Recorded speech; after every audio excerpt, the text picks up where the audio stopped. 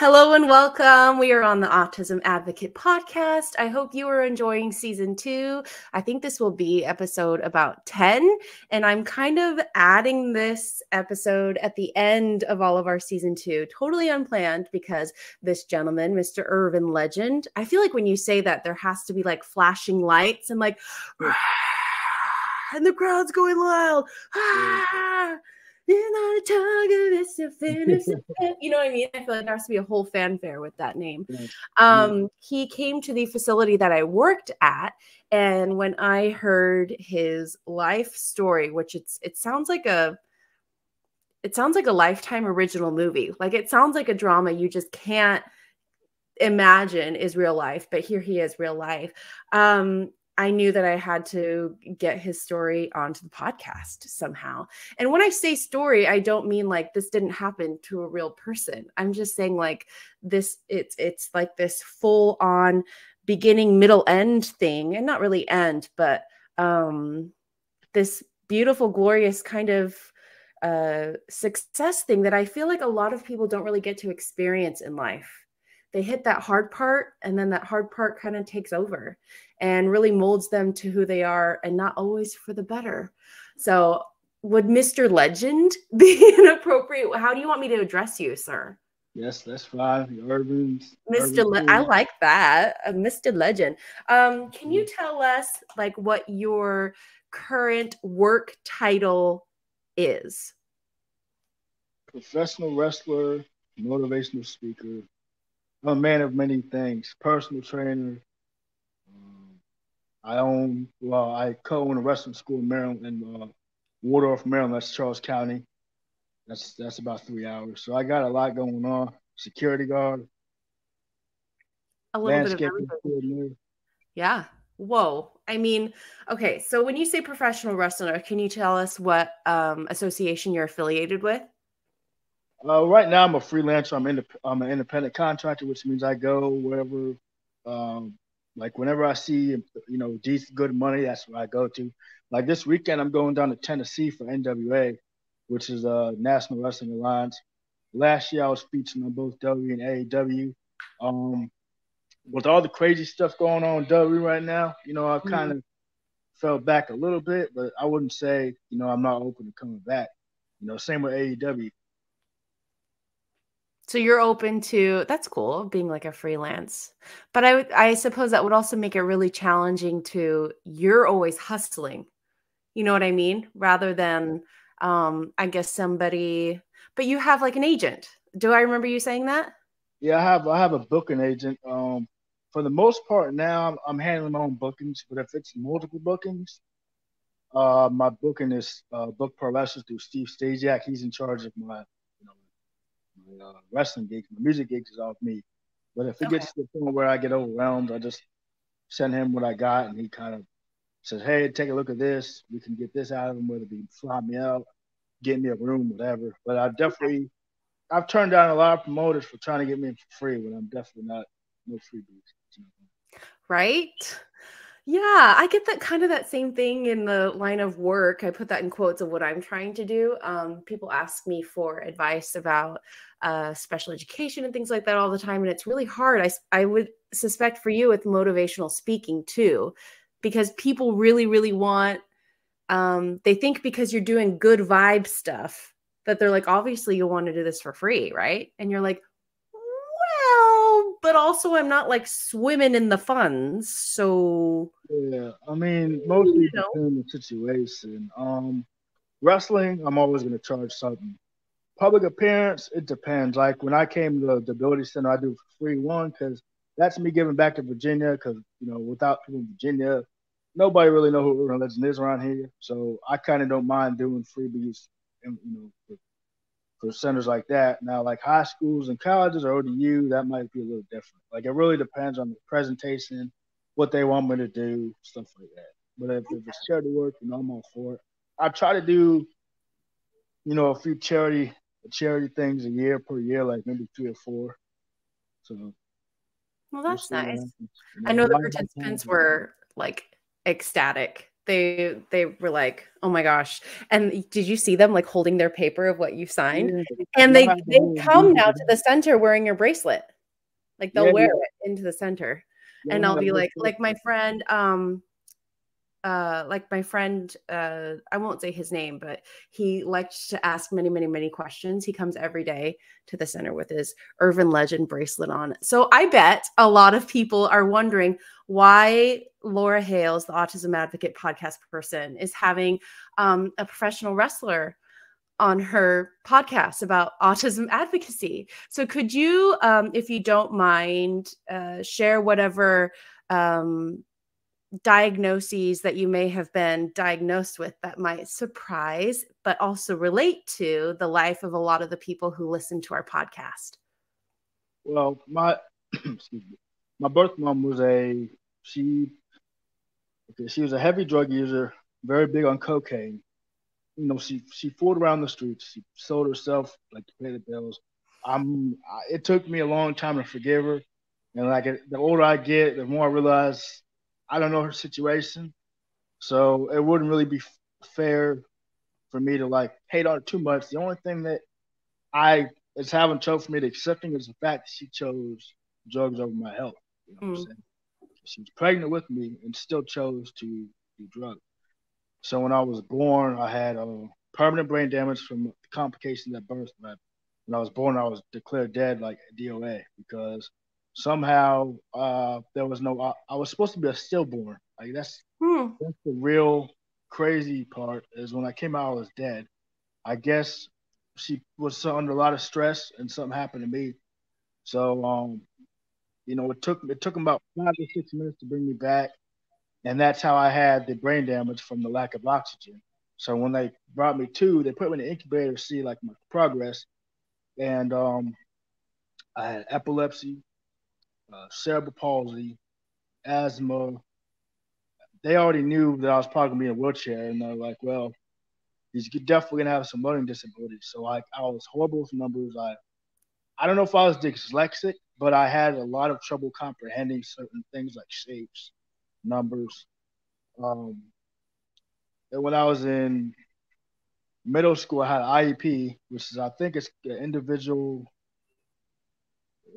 something program, like Mm-hmm. some sort of plan. And as soon as the teachers see the word IEP, oh, we got to treat him different because he's special Mm-hmm. needs.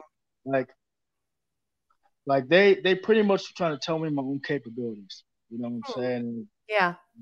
I mean, I can understand it, but I feel like even if you're disabled and you have like you don't got to treat people like that. You know what I'm saying? Just because they have issues comprehending stuff or that they can't count. Like for me, I was bad at math.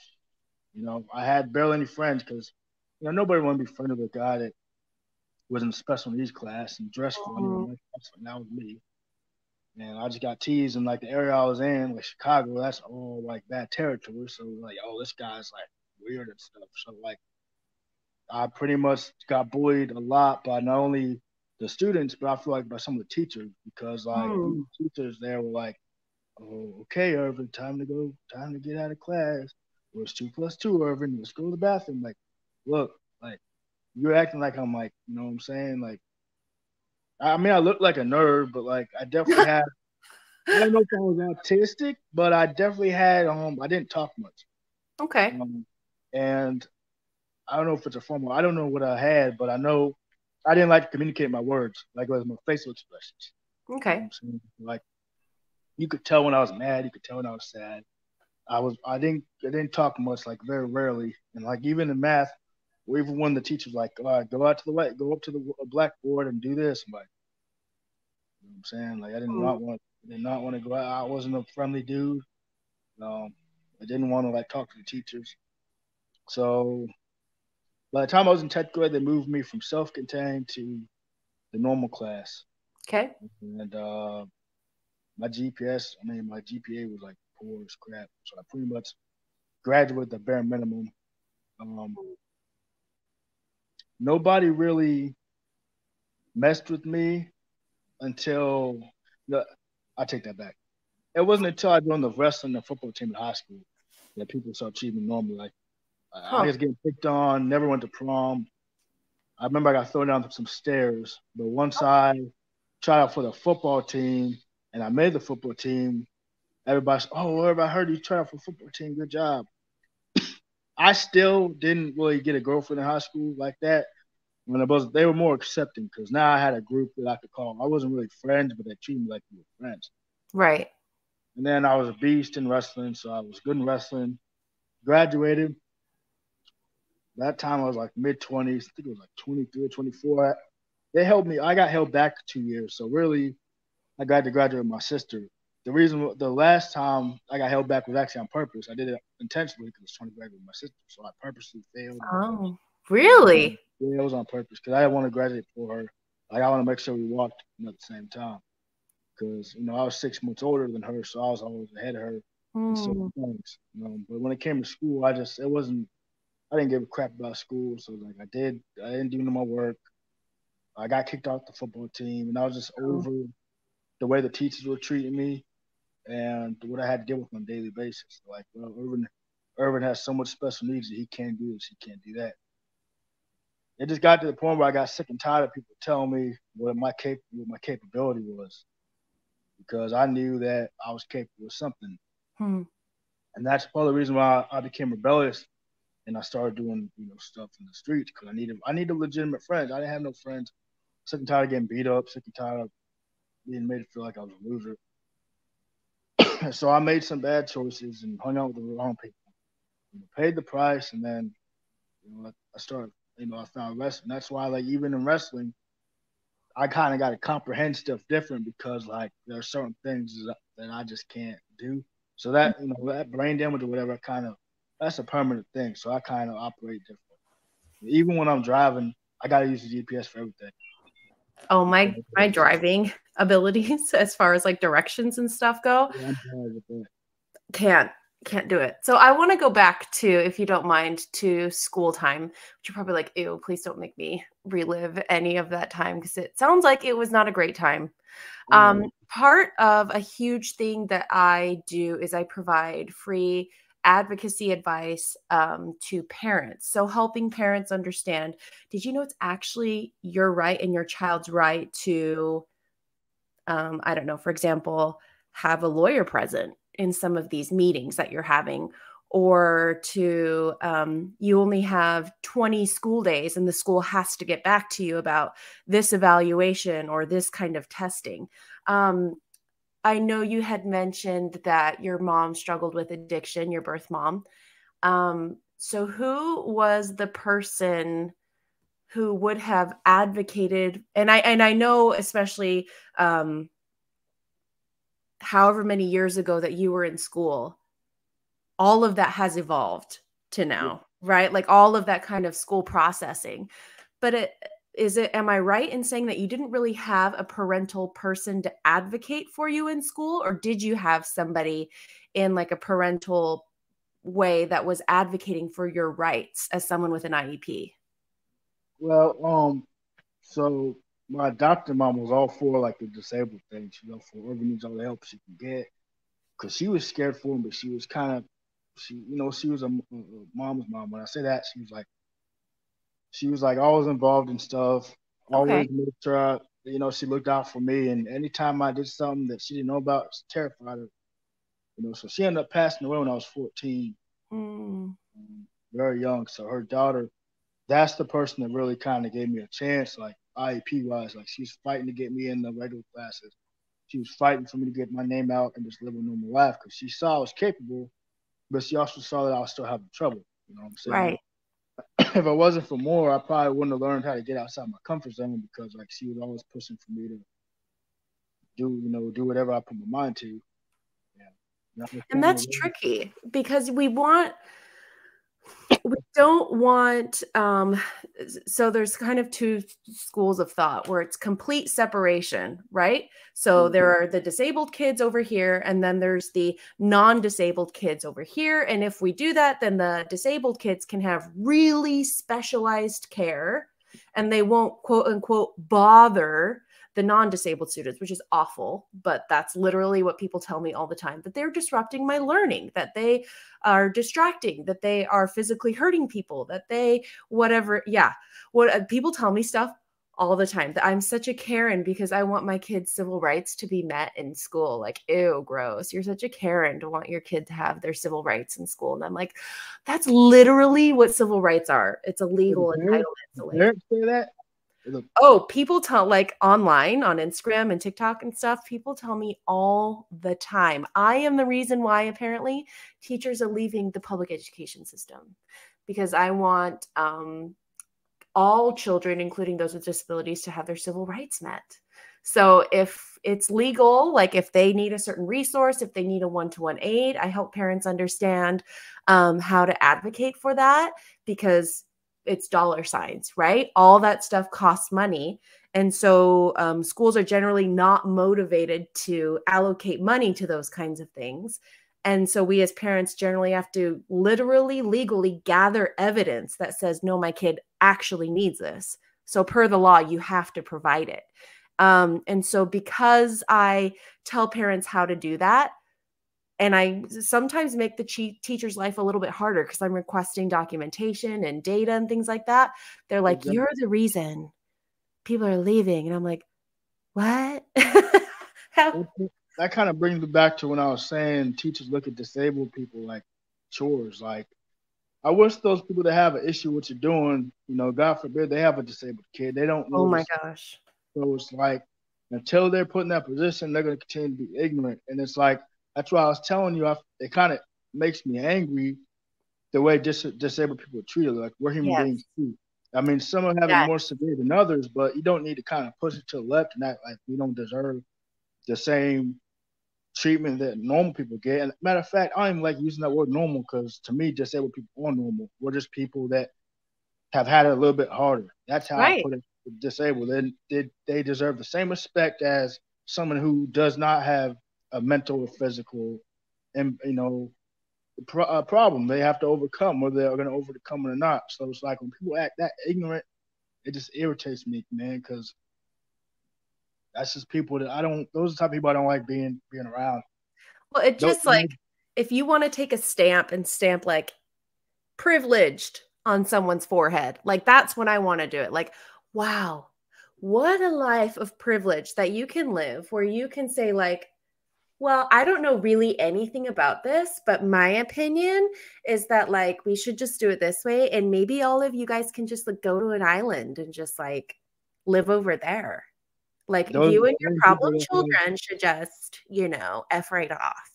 And people that have like $5 million in a bank account from somebody else, they have to work for them. They don't understand. It's just not a struggle that they have ever had to understand.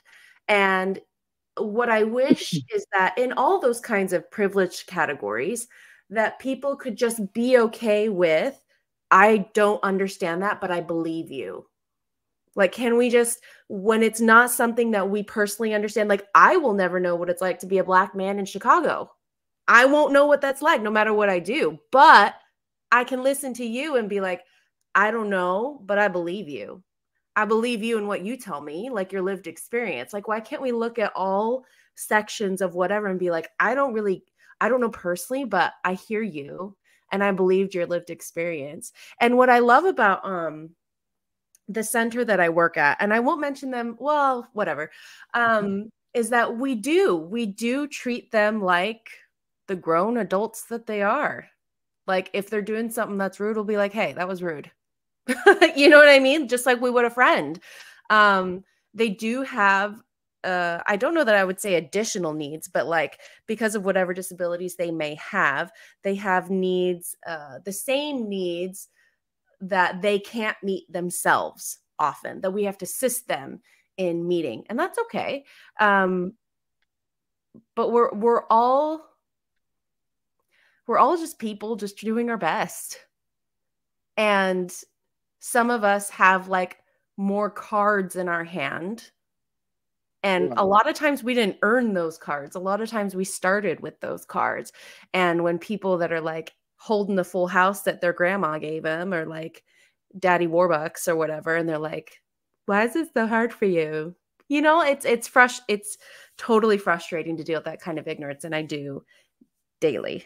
Those type of people, the same people who think, I know we're not trying to make this about race, but the people that are prejudiced against disabled kids are the same ones that say, oh, he or she must be about this because he's this color or that color. This is where he came from. It's like y'all don't know nothing about nothing. So, like the teachers that work there that think you're making life, you sign up for the job.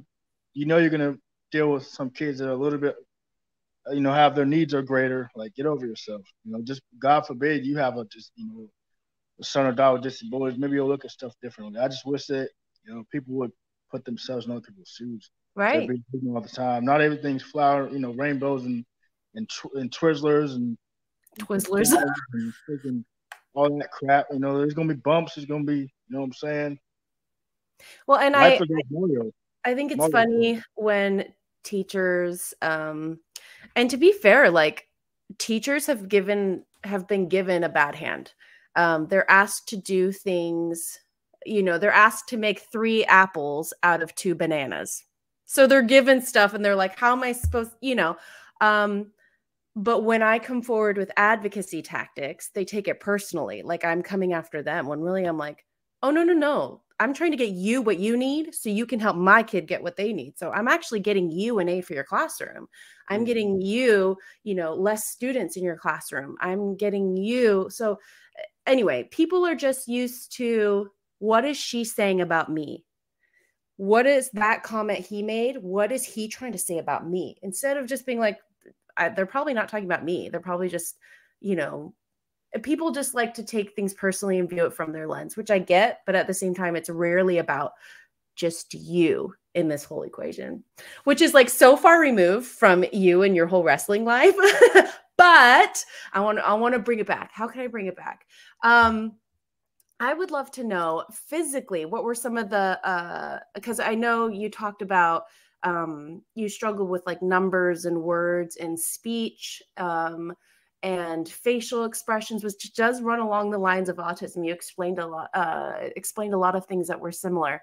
Can you tell me how CP, cerebral palsy, and your other physical disabilities affected you physically? Because obviously right now, I'm sure you still have things that affect you physically, but you're doing such a physically demanding thing that most people that don't have physical disabilities could never imagine themselves doing. So what did like from physically from the beginning to now look like for you as far as progression? I had something called, well, I still have it. It's a permanent. I got something called pitcher's grip. Pitchers. When you pick something up, you're like this. And your Okay. hand comes up. Yeah. Okay. So I've always had that. So when I pick up something, I don't pick it up straight. When I pick something up, I pick it up like that. Huh. And like if you notice, when I pick up weights or pick up anything, my fingers curl in and my wrist drops. And that was from when I had bad CP. When I was walking like that. Like my wrists were messed up, my feet were out. I was walking. I almost had a walker. I was in a wheelchair. Like when I touch little things, like if I'm changing a light bulb or something that makes me use my fingers, I grip it with it. You know what I'm saying? Huh. That's part of my CP. But that's not noticeable, but it's something that I have to deal with. Like sometimes when I pick something up, I pick it up differently because my grip, sometimes my hand goes numb, so I drop it. Like when I put somebody in a headlock, I know how to do a headlock, but I hide it. So like if I'm going like this, I hide my hand under my other hand. I know there's one wrestler, he has CP, his name's Gregory Iron. So when he picks, like he walks like that. Uh-huh. He's one of the coolest guys I know. And he got, one hand's like completely deformed. Huh. I know this one guy, Zach Gowan, he got a prosthetic leg and he's a pro wrestler. He does all the. You ever just like take it off and just whack someone with it? I mean, because he had I know he had cancer, he had it amputated. Wow. So he can do stuff that I can't do, and I got 2 legs, and he got 1 leg. So like he's a prime example of not letting his physical stuff get in the way. That's why I'm saying if anybody got heart, for the most part, you can accomplish anything you want. I mean, I was pretty much wheelchair bound, and I said the hell with that. So like, my disabilities were mostly physical and mental. So like I was walking funny, I was gripping stuff funny. My speeches were slurred, and like even when I'm lifting weights, you can't tell my grip's messed up, but I always have this messed up. Like my hands are kind of weird sometimes, like my fingers get all weird and stuff. So I still deal with stuff that from my CP, but I try to like I don't make it noticeable. But like you really have to like zoom in like to see that. Like even when I was And I'm walking, sure that wasn't an overnight change, right? So oh so no, here's little baby Irvin, right? yeah. Did you crawl, walk, whatever at like the typical ages, do you know? Oh no, I know it took me twice as long to walk than anybody Really? else. And I know Yeah. you mentioned a wheelchair. Was that I know some adults that are in wheelchairs and sometimes like they're able to stand on their own assisted or they're using like a walker or they can manage. It's just very dangerous. So it's better to have a wheelchair for their safety. Like what was your wheelchair use like? Um, so pretty much like when I was like 7 or 8, I was supposed to be in a wheelchair, but I refused. Hmm. But sometimes I'd use my mom to help me walk like straight because like I'm also bow legged, but that was from me getting shot in the leg. So like I walk like the normal person walks like this, but I kind of walk outwards because like my legs messed up still. But my body was like my mind wasn't keeping up with my legs, so to speak. Wow. So everything was really delayed. So that's why they originally thought I was never gonna play sports because they said my motor skills just weren't there. Like my Like the reaction times connection of weren't. your mind to Yeah, be able to control your body. my mind and my body won't match them. That's why it took me such a long time to get my license because you got to have a good reaction time to operate a vehicle. You sure do. And I didn't have good reaction time for the longest time, and Interesting. I was just busting my ass, kept working. All right. So then I got my permit. They put me on a special learner's permit where I had to have somebody drive with me. But then I went to get my license, got my license. But then 2 months after I got my license, they took it away because the DMV still thought that I was a liability. So I appealed that like 3 or 4 times. Wow. 3 years later, I got my license back. So oh, it definitely made a lot of different things harder for me. Like even joining a basketball soccer team. Oh, Irvin has disability. I don't know if he could play. I don't know if he got what it take. And then they gave me a chance, and like, oh, never mind. But sometimes, like even in soccer or basketball, I had a delayed reaction. So sometimes, like I would, space out, or I wouldn't kick the ball fast enough, or like my reaction time wouldn't be there. Like even in basketball, you have to be quick, and I was still a little Oh slow. yeah. I didn't understand block. I didn't understand like get open. I was like, what?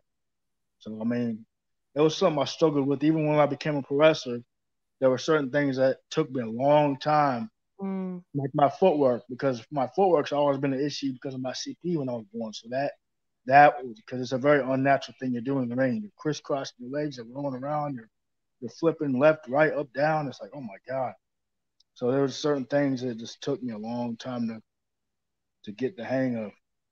Did you do any formal kind of occupational therapy or like physical therapy where someone was addressing specifically your uh your unique or different needs from your disability? In other words, they were saying, "Oh, you have cerebral palsy. Okay, well, let's look at your knees and ankles. These are what, people with cerebral palsy are prone to. This.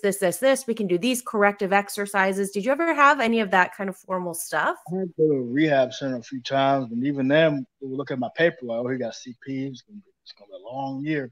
So like I had this one lady kind of like pressed down my legs, and I was gonna like trip her, like, girl, what you doing? Like, why are you all like in my grill for? I know how to walk because my walking skills ain't the best. So you pressing on my legs kind of pissing me off, and I don't like that. So, you know what I'm saying? So it's like I've been to a few rehab centers, and they're mostly trying to get on because I was walking on my tippy toes, trying to get me flat-footed. Okay. So I Because that mean, does make a huge, well, I know a lot of people, their calf and their Achilles get really tight. And then like the muscles in their feet, like the middle area of their feet, they can get plantar fasciitis from being on their toes all the time. That yeah, kills. that sucks.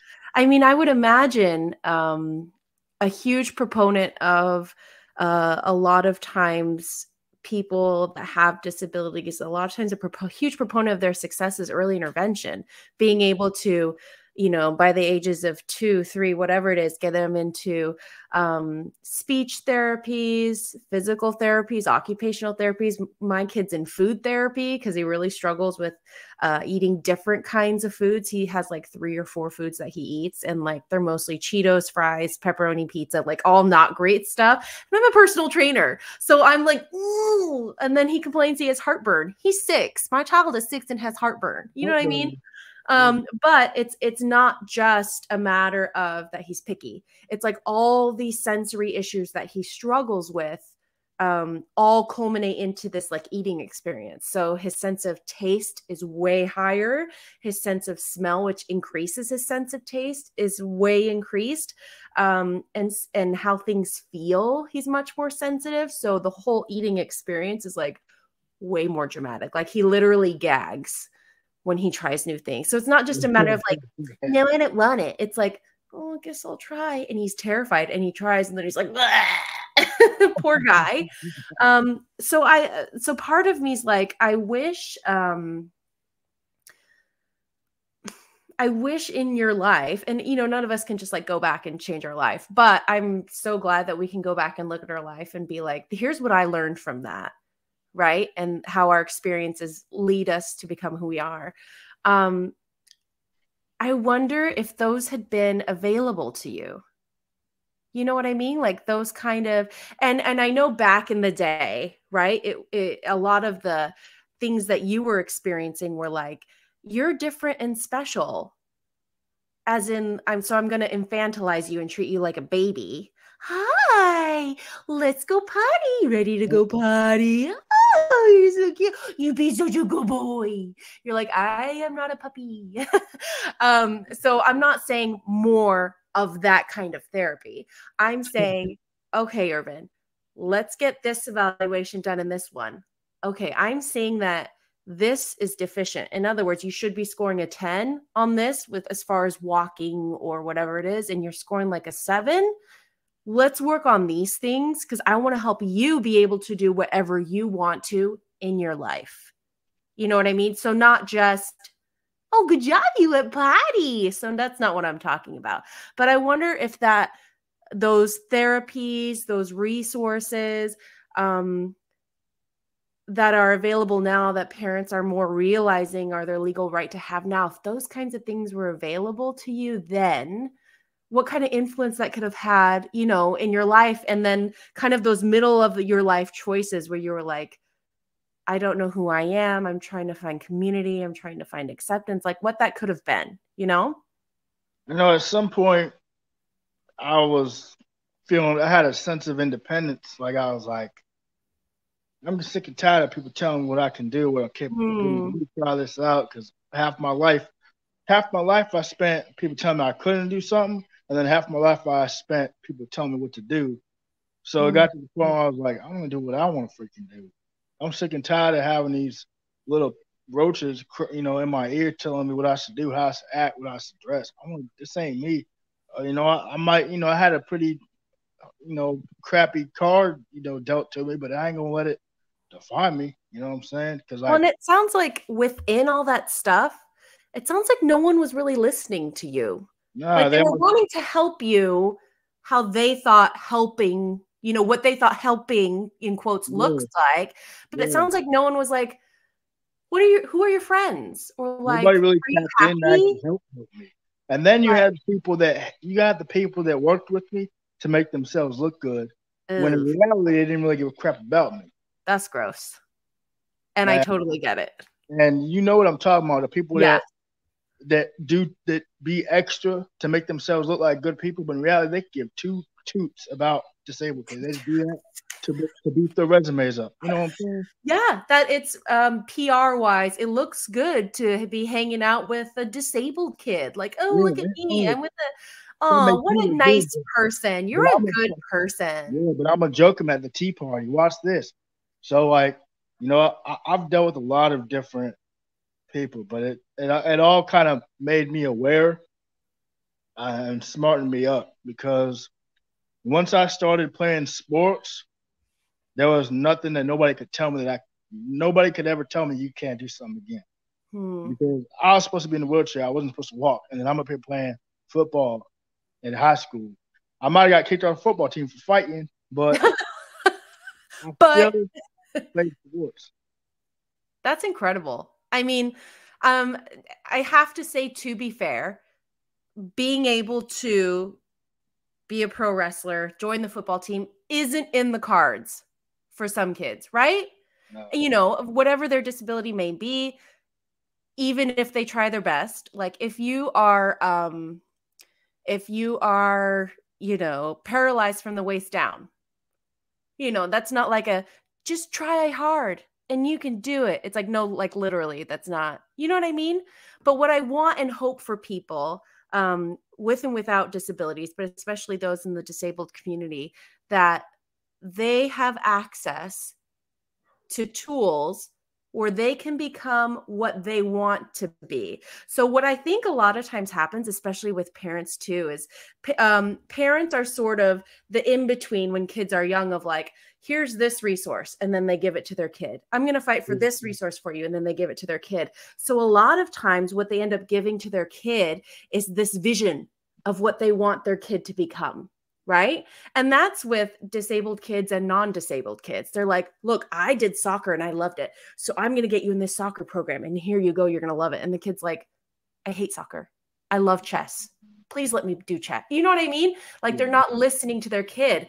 And for a lot of people that have disabled children, we're so, and I get it because I'm one of those parents, is we're so focused on and worried about what their future is going to look like. And we're worried about them being able to be independent adults, being, in quotes, successful, that we forget, what is successful? Does it mean having a lot of money? Because I know a lot of people with a lot of money that are miserable. Does it mean being married? Because I know a lot of married people that are miserable. Do you see what I'm saying? Like, what is that? Does it mean becoming famous?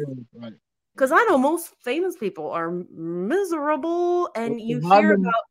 But behind those, that 10, $12 million and the Lamborghinis, there's a life of misery. Like my definition of successful is pretty much doing stuff on your own accord.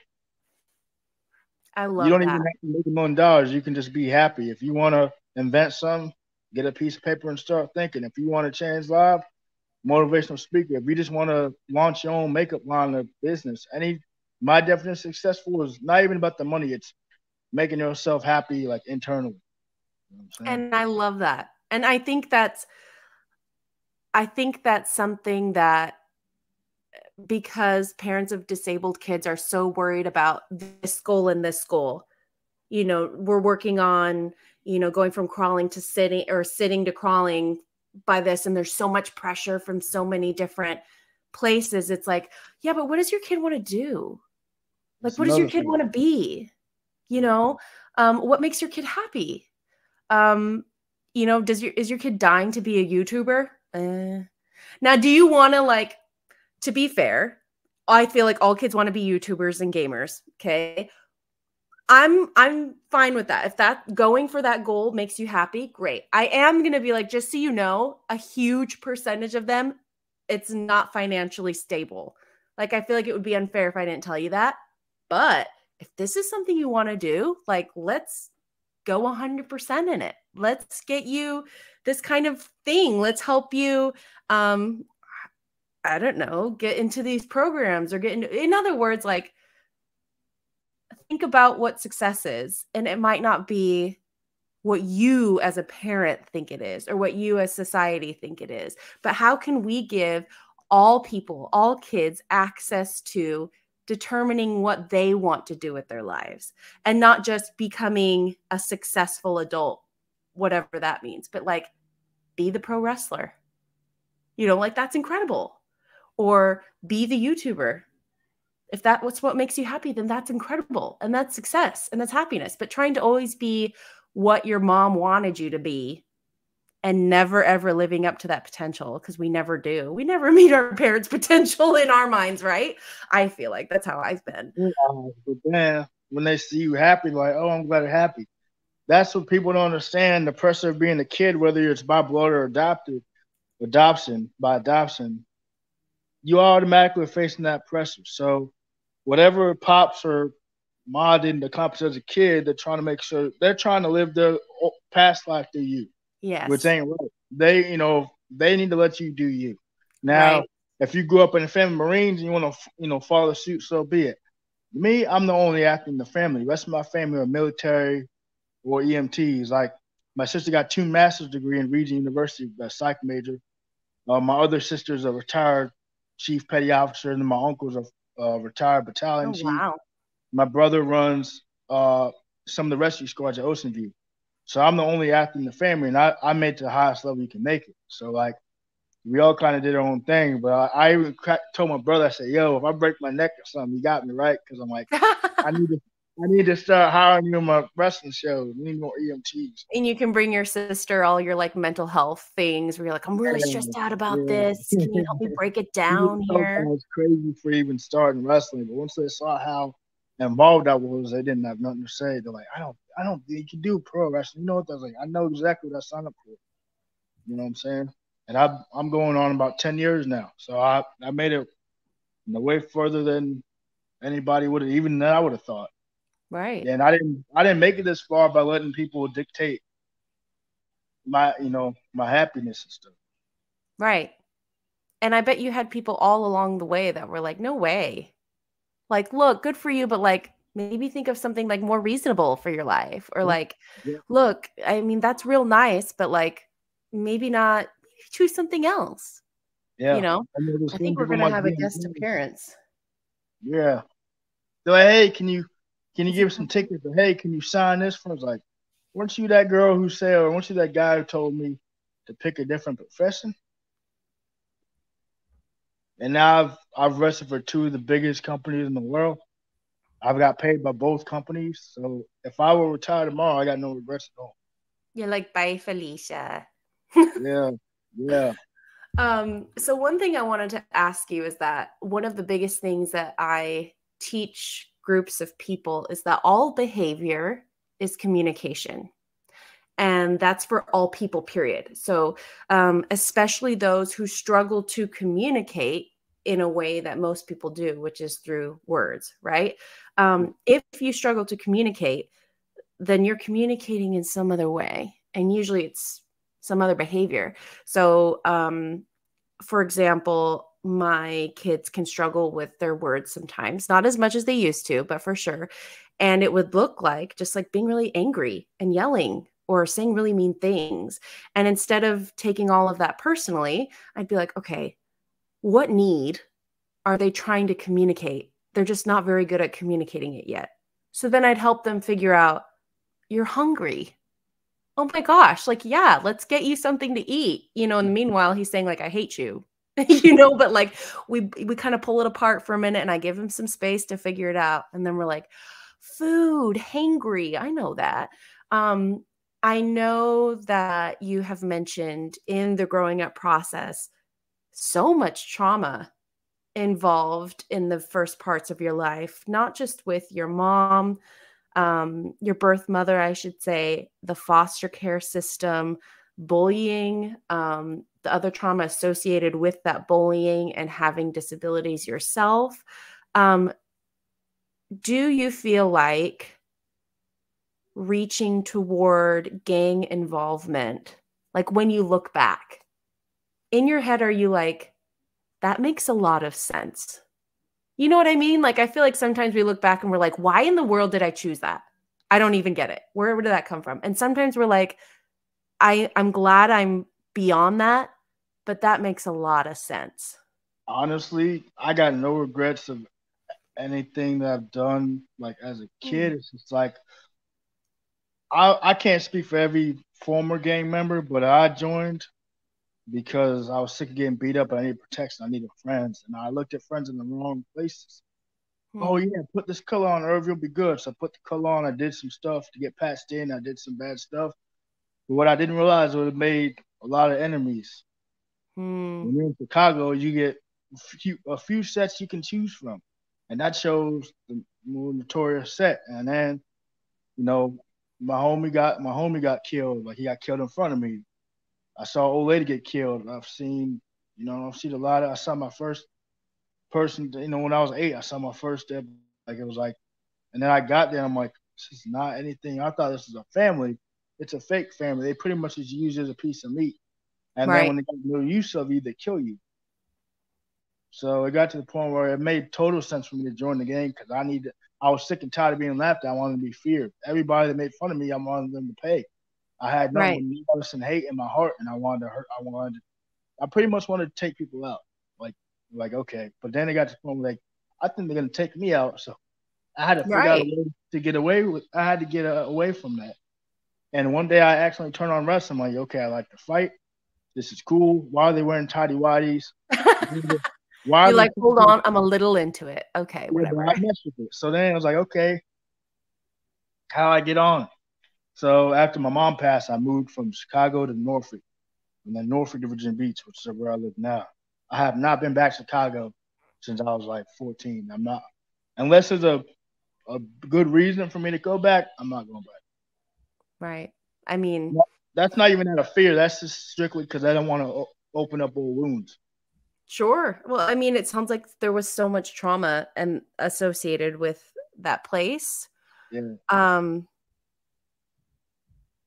I can imagine that someone who felt like they had no control over how people were treating you or like your position in life, that like people were doing whatever they wanted to you, that no one was listening to. And I'm just describing what it sounds like you're saying, so I could be wrong. So you can absolutely correct me.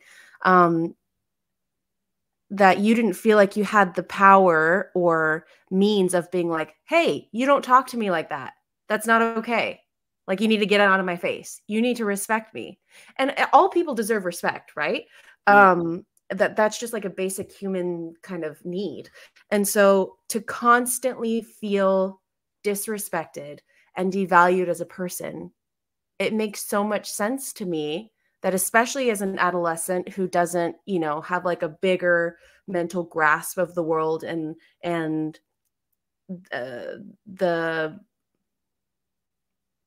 the long run of how gang affiliation kind of runs, it totally makes sense that you would be like, I don't feel like I have control over anything. This group is telling me that now I can have control.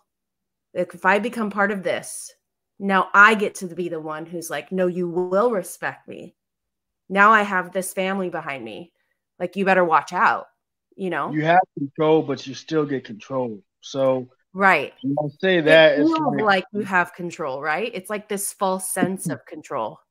you a false sense of security, and it's like they controlled what you wore, how you talked, how you Hmm. walked. They controlled whether or not you were a virgin. They controlled all that. Wow, Like really? pretty much, yeah. Uh, I fell victim to that. You can't be a male in the gang and be a virgin. So What? I mean, like, now that you say it, I'm like, I can kind of see how that makes sense. Well, it doesn't like make sense they at pretty all, much but you know what I they mean. pretty much beat me up until I lost my virginity, and What? that was kind of forced. I don't count it as being like it wasn't a rape or nothing, but let's just put it this way: I was too young to understand what was going on. So that means I was too young. So Wow. once I lost that card, oh, Irvin's a man. Then I started doing more stuff, and that turned into robbing. That turned into beating people up. It turned into, even if it was stealing a pack of gum. Like, cause one time I rolled up in someone's house and stole a loaf of bread. Why? Because I am food. I never did nothing like too over the top, but like I did just the bare minimum to get respect. But the Right. respect would come with a price because now I could have gotten a lot of legal trouble.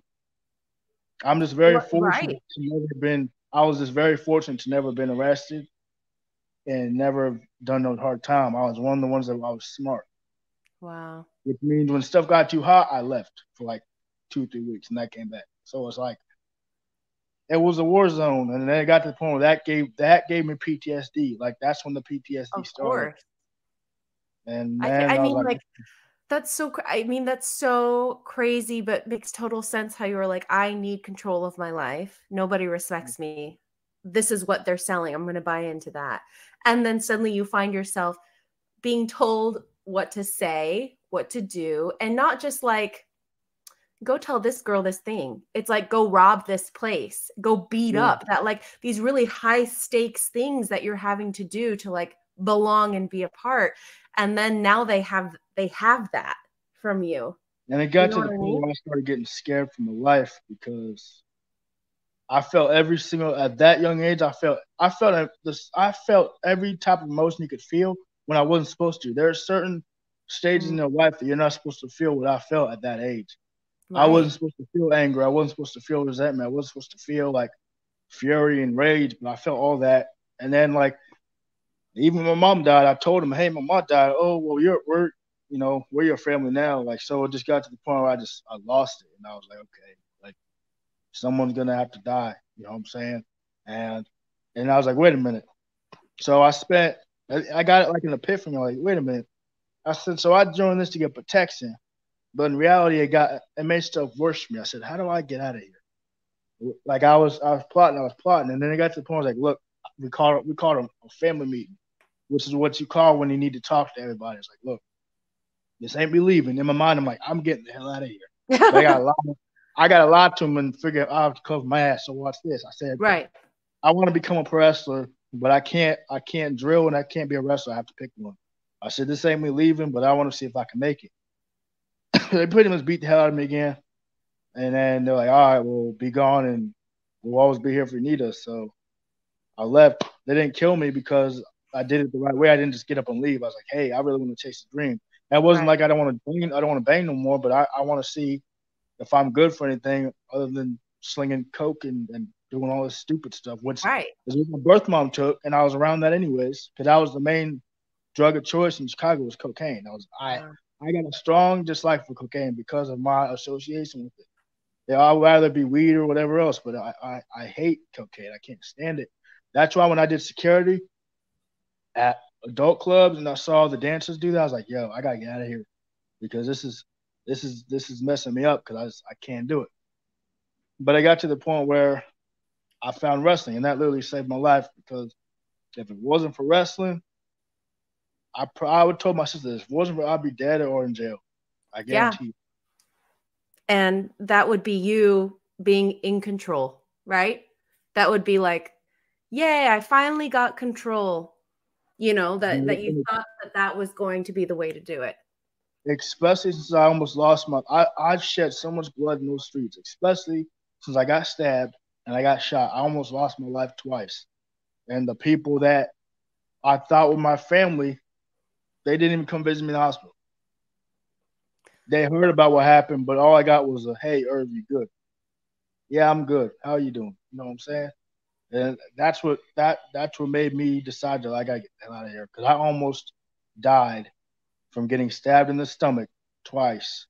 And then I was in the hospital for 6 weeks, got 2 MRSA infections in my stomach. Oh my gosh. Somehow I went from 150 pounds to 120 pounds. And I survived. And I was supposed to have a catheter in. And I said, nah, screw that, no catheter. So severe stomach pains, and I'm walking the streets with my stomach still stapled up. And I get shot. Back in the hospital. I'm like, this is. You're like, maybe this is a little too dangerous. Yeah, I was pretty much the Terminator before the Terminator was cool. Yeah, I'm half bionic. That'll be your next wrestling name, the Bionic Man. Yeah, I'm the chocolate Terminator. Like I'm gonna put Arnold Schwarzenegger out of the job. I'm telling you that right now. Hey, you just need to get instead of where's he from? Austria, Germany? I thought he was German, but I guess he's Austrian. Austrian. I thought it was Polish. You need to start working on your accent. That's all. Oh yeah. Well, they're making black everything nowadays. I'm on a black Terminator. You're making a black Spider-Man, black Superman. It's like you need a black Terminator. You got a haircut. You just need to get a bionic eye. Yeah, and leather jacket and a motorcycle, Harley Davidson. I'll be fine. Yeah, you could do it, especially in the small briefs that you have to wear. I mean, honestly, once my wrestling career is over, I already told myself I want to become an actor. I'm actually waiting on my lawyer. I can't discuss it too much, but I'm waiting to get Irvin Legend. I'm waiting to get it trademarked legally. Mm-hmm. So that as soon as the trademark's in place, I can break into acting. The reason why I'm getting the trademark first is because if you hit the big screen without a trademark and they make a movie